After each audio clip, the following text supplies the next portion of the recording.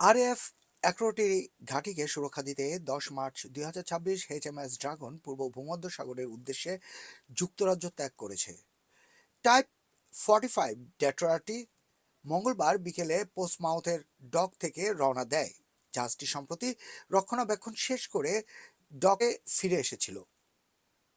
জাহাজটি প্রায় এক সপ্তাহের মধ্যে অ্যাক্রোটিরিতে পৌঁছলে এটি ওই অঞ্চলের যুক্তরাজ্যের প্রথম এবং একমাত্র যুদ্ধ জাহাজ হবে।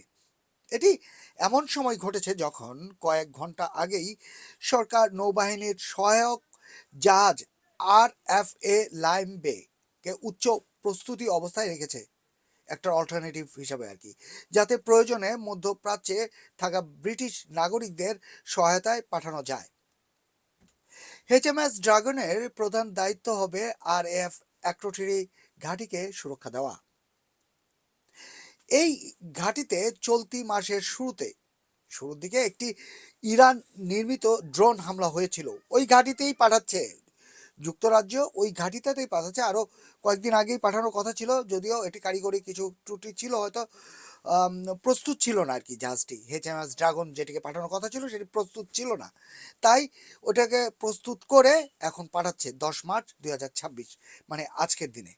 ইংল্যান্ডের পোর্টসমাউথ হারবার থেকে এইচএমএস ড্রাগনের যাত্রা শুরু করার সময় পরিবার ও বন্ধুরা বিদায় জানাতে জড়ো হয়েছিল।